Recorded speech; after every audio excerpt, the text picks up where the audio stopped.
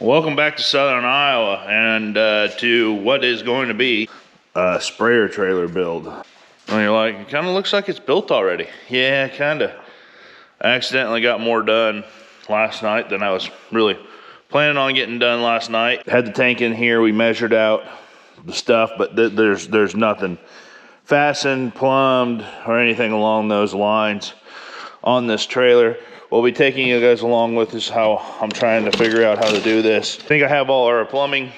This is the tank that I bought for $1,000. Reason why I wanted to do this is that we used a cylindrical tank that was ratchet strapped on there. The pump was ratchet strapped on there. The trailer was just messy, a trip hazard. I'm trying to make a small little upgrade that will make spraying season that you do all year long nicer. So, and make the trailer safer. So the idea here that we're going to be going through with you guys during this video, these rails here will be the tank will be bolted to the rails, and then the rails will be used through the pocket or the rub rail to secure down the tank. We'll be working on that. Then also making a skid here for the handler and the pump. And then we are also working on plumbing, having one spot that I should be able to stand here on the ground when I pull up to a holding water tank and hook my holding water tank hose onto a fitting, throw a couple of ball valves, start the pump up, push water onto the tank, and then by flipping a couple of ball valves back around, I should be able to pull water onto the tank and push it through the chem handler. Small upgrade to make things much nicer, so that's a big one. Gotta leave here in a second, got a hand harness bar coming. But we'll see how far we can get. Bits, the right size.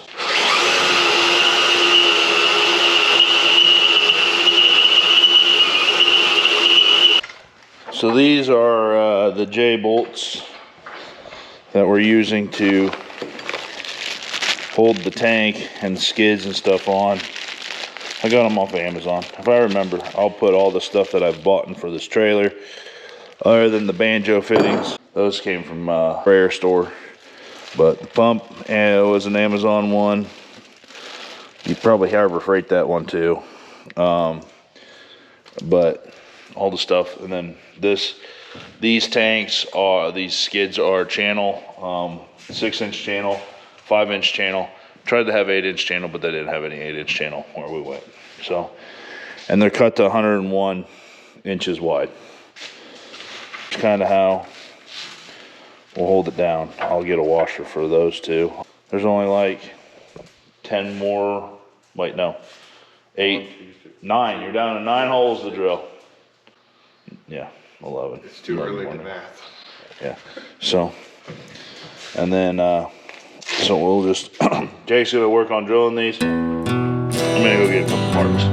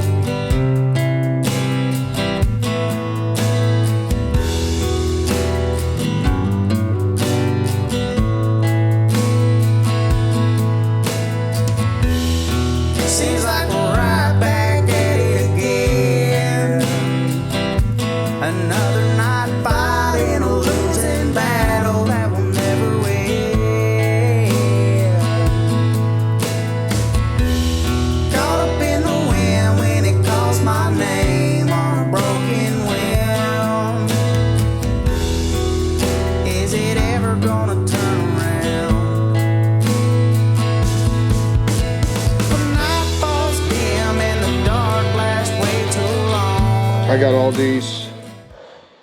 the holes drilled for the J hooks. Now I'm working on drilling the holes to mount the tank to the steel. I got all this side done. The anhydrous bar came, so we were getting that set up onto the quad track. I'm sure that'll be in an upcoming video. But now I'm working on this side, 4 holes on this side. I'm gonna drill these holes out.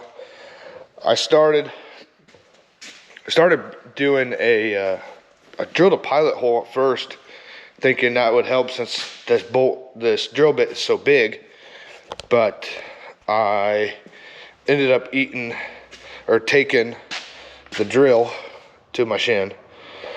It gets all the way through, even with the pilot hole, it gets all the way through, and right before it breaks through, the metal on the back side is bending over, and so it catches. And so it's kind of a slow process. Can't really tell in there, not very good lighting, but it bends over and it balls up on the side in the hole. So I'll take this another drill with drill bit, and kind of take that and go around the bottom of it, because I really don't have no other good way to do it. Or I'll take the punch and punch it out that way too. But make sure I got everything to go start this brutal, slow process. But I find my comfort in the blanket of black, like it was my home. Colder than the bottom of a well, giving it hell the best I can. But it never seems to fail. So that's what it's doing. What I'm talking about when it catches and bangs my shin.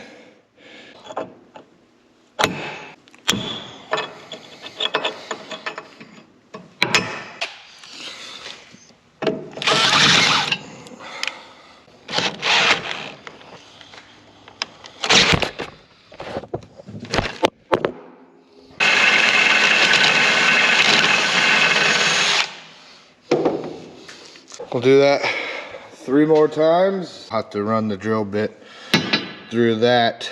So we got a catwalk here where we're gonna put the inductor and the pump and stuff.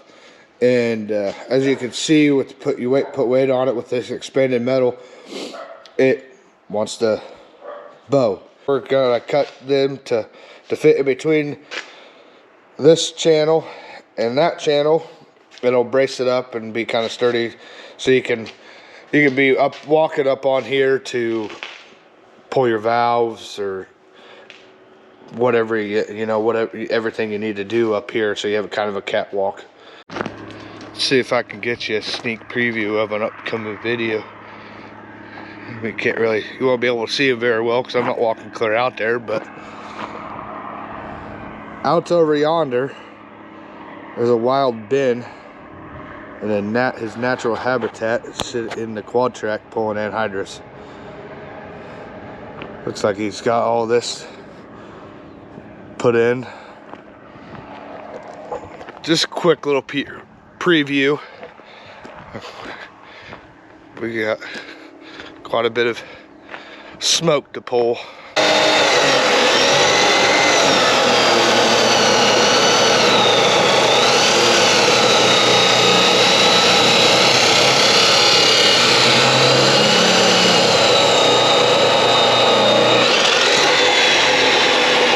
After I got them cut, the supports cut, just taking the grinder and I'm not really knocking the paint off yet, but I'm getting all the burrs and stuff out. We're just gonna weld them on the inside, and so I'll have to find a floppy disk and get all the rust knocked off of them.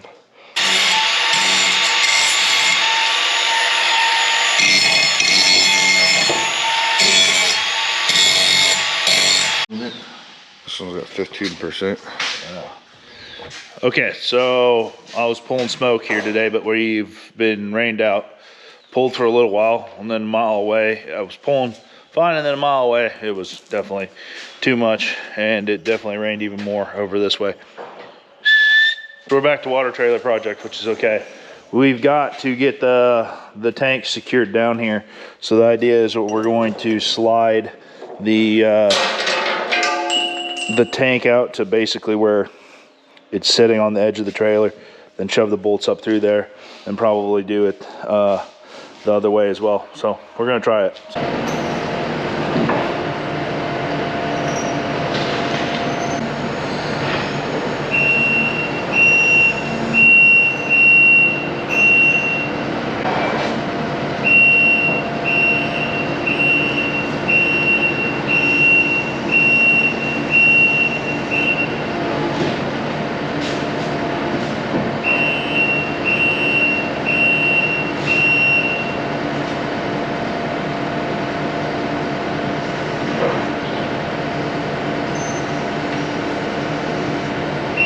There we go.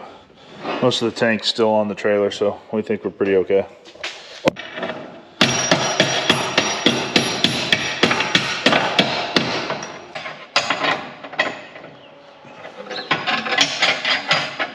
Go.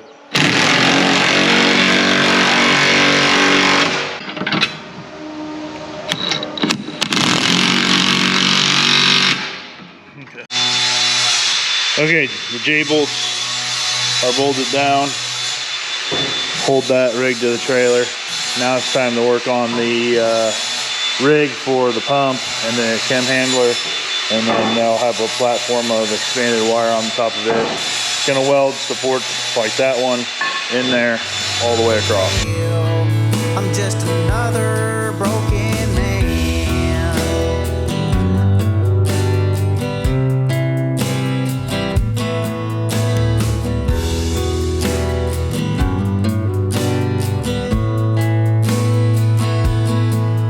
Well, despite my fears, I move on with the rhythm of life. Caught up in the bustle of the city, trying my best just to live it right.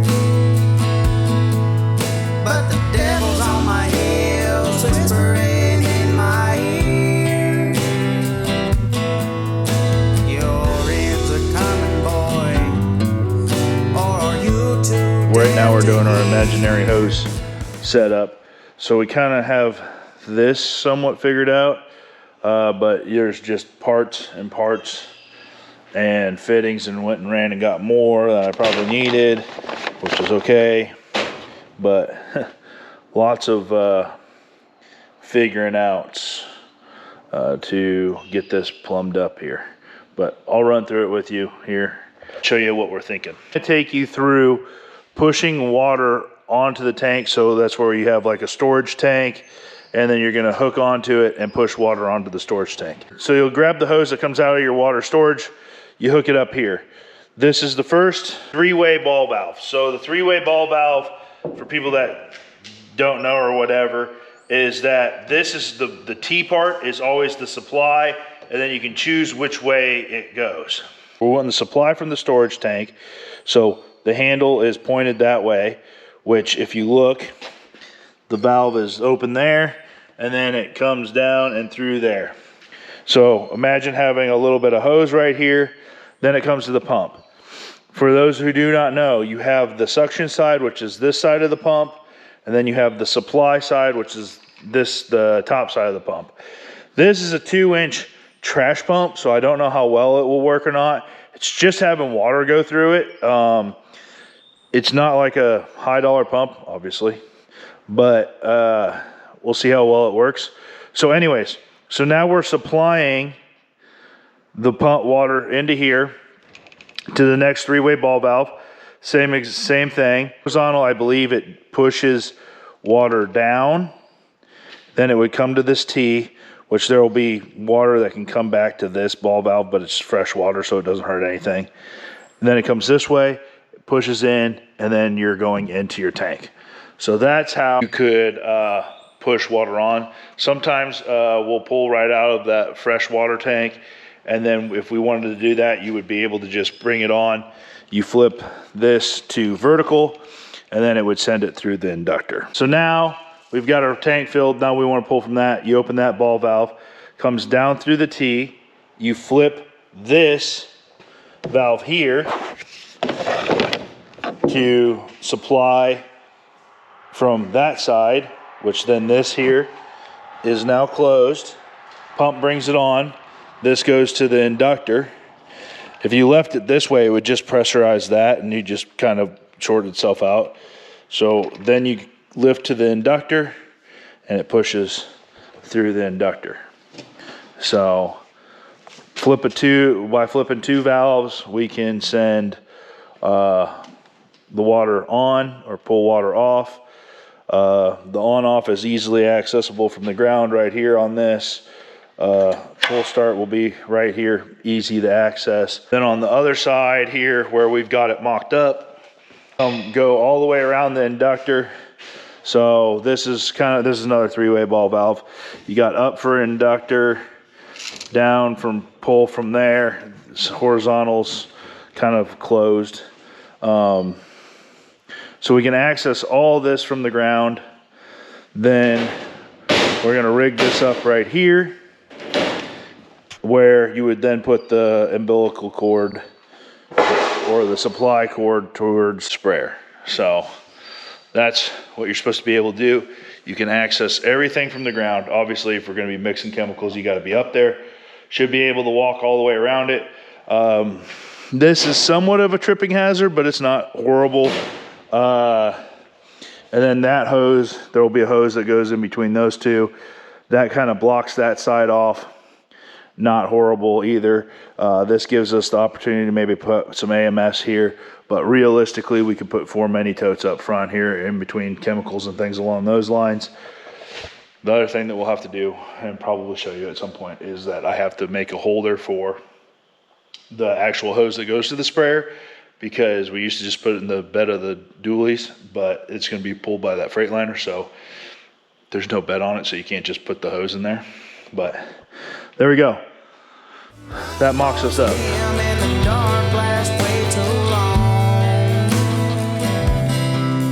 But I find my comfort in the blanket of black, like it was my home.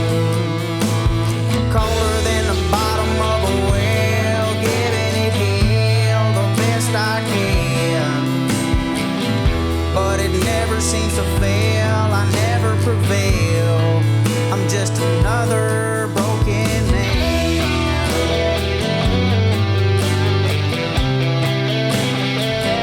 I'm a broken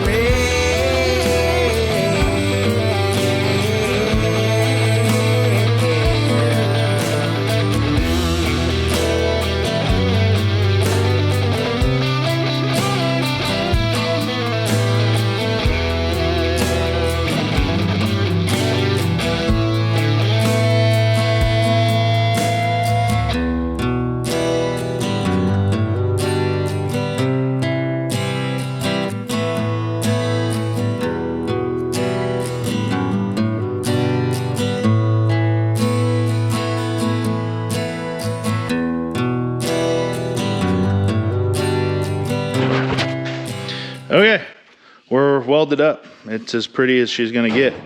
Definitely having all those extra braces in there really helps. So it's time for us to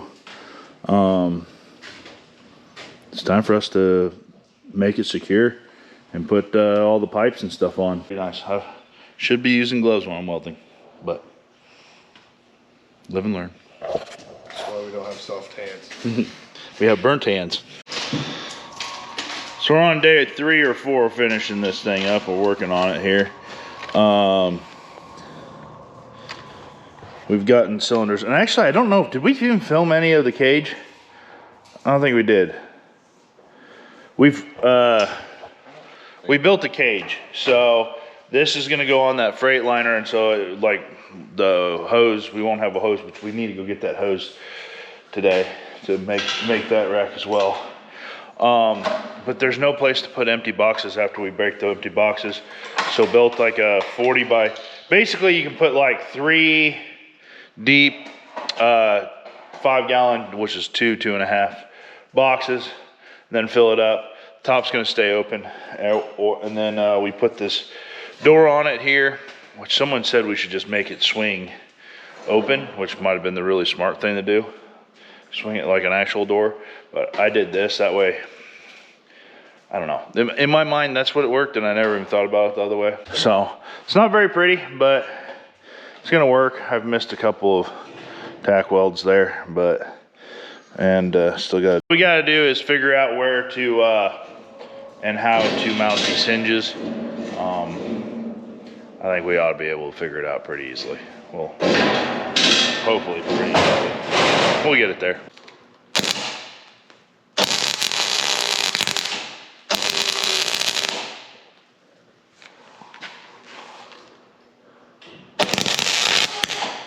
At this point, we're hoping that that works.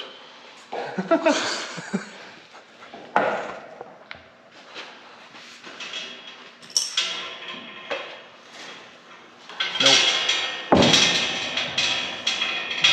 That doesn't work.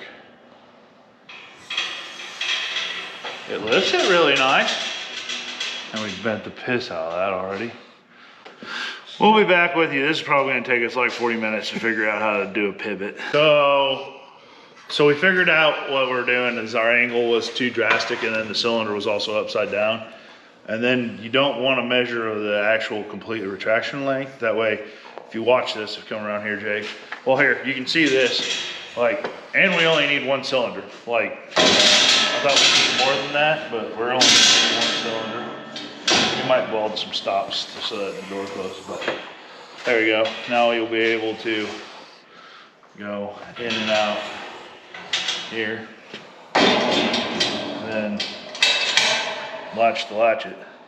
But if you watch the cylinder, like it's still got a little bit of, it's still out a little bit, and then when it goes over center, it goes down, and that was our issue, is that it can't go and pivot like that. So, but now,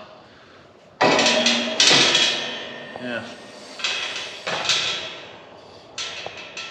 I like that. That's pretty nice. So if I haven't described this, which I probably did, top will stay open. If it's an issue with the top, we'll just build another cage and do the same thing where you can lift the top open if you wanted to. But this, if you wanted to load down here, but basically to unload the scraps or why this is here. But I'm gonna weld that out the rest of the way and weld this cage out the rest of the way, and then we'll bring you back when we get it so that it can be mounted. There goes my phone. Dropping everything. Now I'm working on mounting this to this, because I don't want to screw into, well, my dad doesn't want to screw into the deck, and it's his trailer, so thinks that, and I probably agree with it too, that more holes you put into the wood on the deck, that it'll rot your deck out quicker. So I don't know if it's quick enough to matter, but so we're coming up with ways to just mount this to this and that to that, and that way we don't have to drill holes. And I think that'll be the nicer way of doing it anyways. So we're gonna be using something that I bought off the TikTok shop, actually. Or Amazon, I can't remember, one of the two. But trying these rivet screw deals, we'll try that. We'll see what happens here.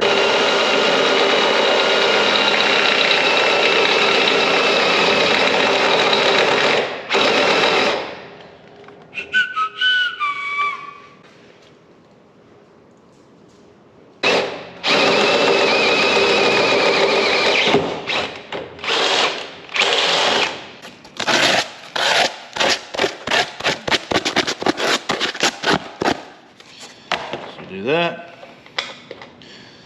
Not mistaken, you just, maybe you spin this on this way. See, spin it on there. And you should be able to just put it down in there. Then you pull up maybe.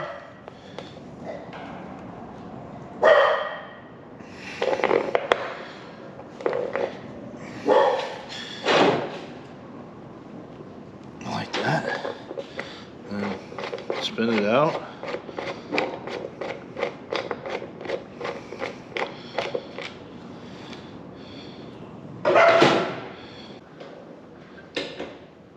Do it twice.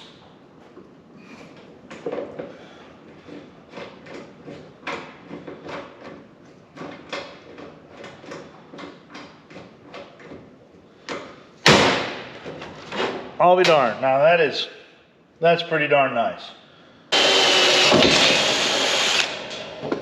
Just grabbed another hook deal. It's not the same, but I think it'll work. If it doesn't, I'll just bend that some more. 1 and 2, I will. And then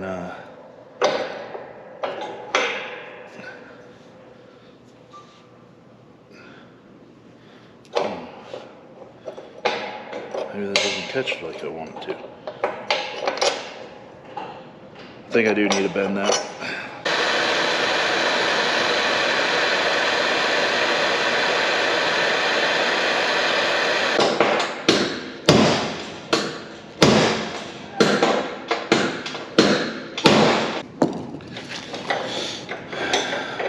Ouch, it's definitely warm. Go figure.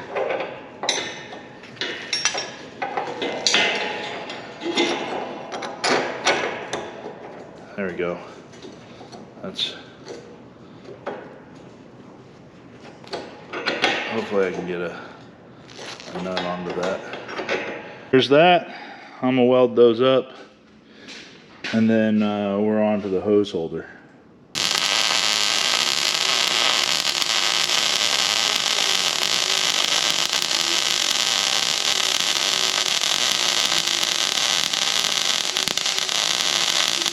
So Andrew showed up to help, and it's now really windy and rainy outside. So, been working on the hose holder that goes to the sprayer itself. And basically what I've decided here is just took some 2-inch like pipe thread or galvanized pipe or whatever, threaded banjo fitting onto it.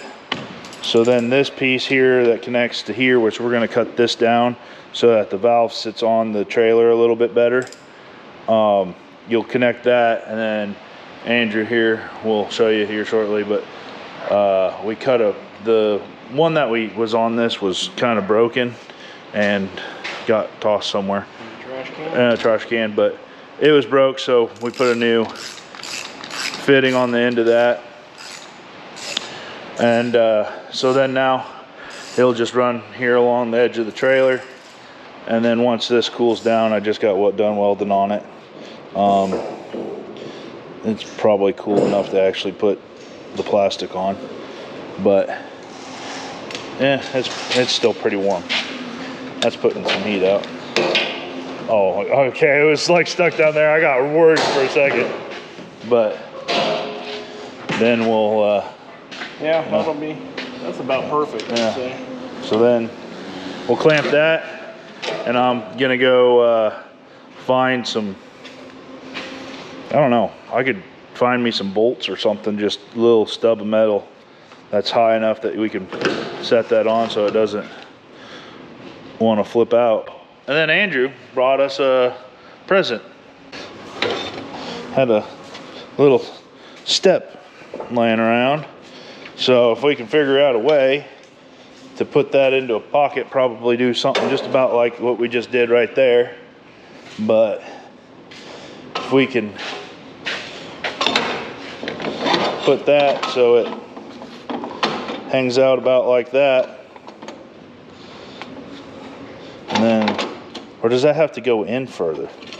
Should it be like, we're trying to figure out if we can use a little flip over ladder is what we're going to figure out. That way we just got a little ladder here and you can go up and down right here.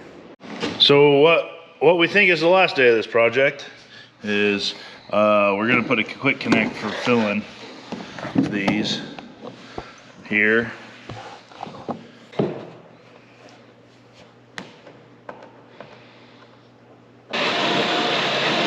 So that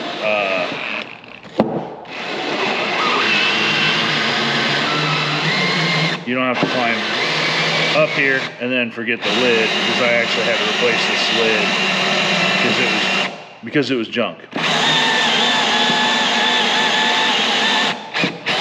It was held on by a ratchet strap. Yeah, it was held on a ratchet strap. That's why there's holes here. So I might silicone one of these holes up, or I might silicone the other holes and then just leave like this hole up here open, And then that way, if it does get full, it's going to push water out that hole.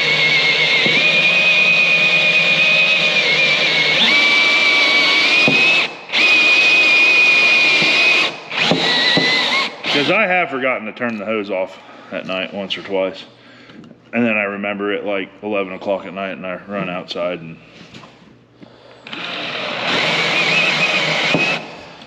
put your hand in there, Jake, so we don't drop this in. And you got water running everywhere.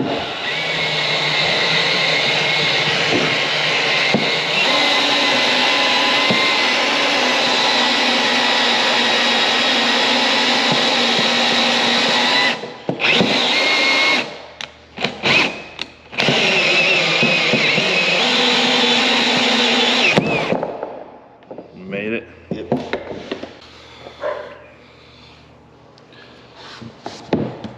The letters are facing you, holes are in, right? Yeah. Okay. Wait, let me look at that again. Yeah.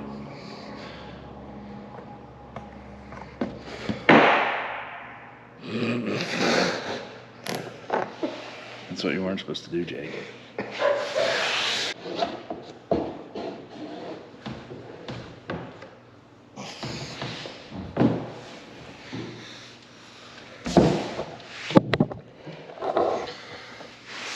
You better leave the broom up here, that way when you drop it again in 2 seconds.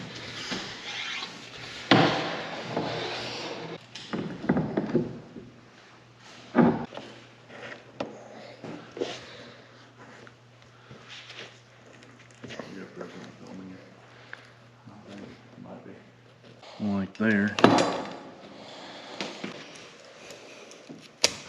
Okay.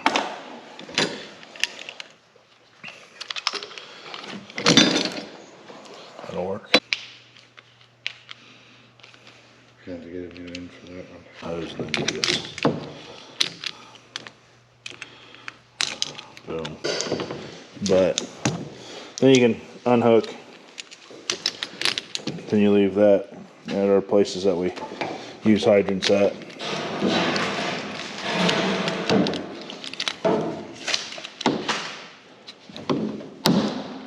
But the hose is now put on here. So hose will ride there. We got to mount this still here today, which I got to go get a U-bolt for it. But there's the holder for the hose. The other thing that we did, which there's 2 more things that I did off camera to kind of show you guys, is the door here. It would go over center a little bit. So now it opens and it would go over center. So I put these tabs in there so that if somebody does shut it, it doesn't go over center and then bust up the cylinder or something. So like if you do this and then you let go, it stops it. Apparently when I put those tabs in there, it fought with me, so I had like a 20-30 minute fight with this door to get the hinge to work again. But now even if it's not locked, it wants to stay down there. So it don't mean that if you're going down the road and you forgot to open it, or forgot to, that it won't bounce open. But at least that's locked.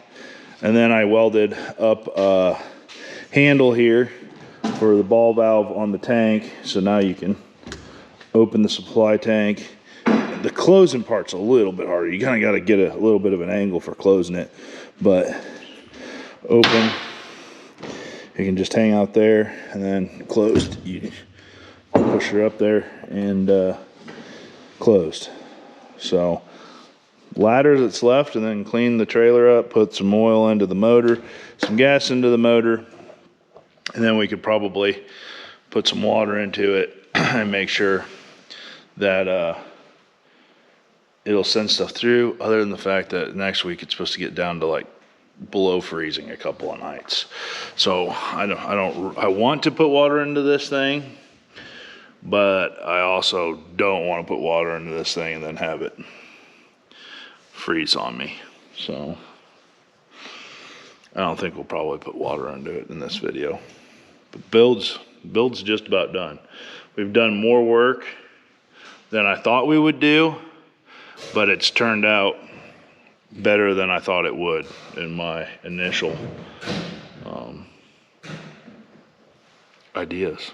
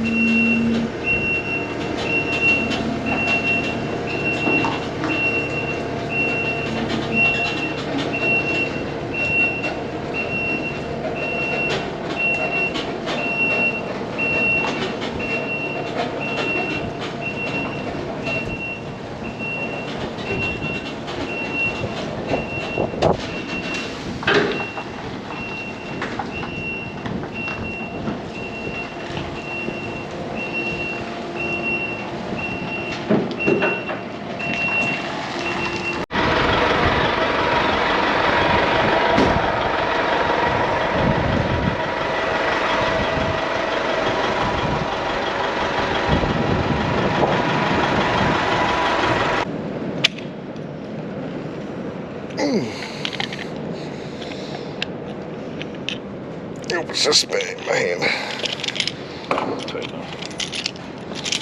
This is one of the last pieces here. This valve on this inductor here will let you have clean water. So basically we'll put a garden hose onto that.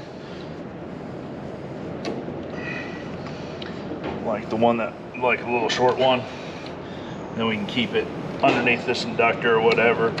Then sometimes you have to rinse out mini totes or jugs or wash your hands or do anything like that. Then you got clean water on the garden hose, and that'll go onto that fitting. Then we can just wrap it up and shove it under there when you want it or don't want it. But that finishes the trailer build. Can run you through real quick on some of the costs here. I bought the tank off of Facebook Marketplace for $1,000. All the metal that we used, other than I used some scrap metal in places, that costs somewhere in the neighborhood. It was like right around $600. And then all of the fittings and stuff that I bought, so now we're at $1,600. All the fittings and stuff that I bought was another $500, so we're at $2,100 there. The pump was let's just say 200 bucks. Those chem handlers are a little over $2,000, but we had that one, but you can add that into it. So basically kind of this setup here on the trailer, not including the hose. I bought the hose a long time ago and just had some extra. So $4,000 or so is this upgrade without any labor put into it. So I think it turned out a lot better than what I was planning on doing. But there, and then it's hooked to single cab Freightliner now. So it should be a pretty safe rig going down the road. Nice little upgrade here that will make life significantly easier when it comes to sprayer time. To have a ladder, to be able to get up on it, to be able to walk around without a bunch of ratchet straps and things holding stuff down, hold your empty jugs. Yeah, so I think that's the end of this project, and that means the end of this video. The wind's blowing, spraying season will be here soon. We'll see you guys in the next one.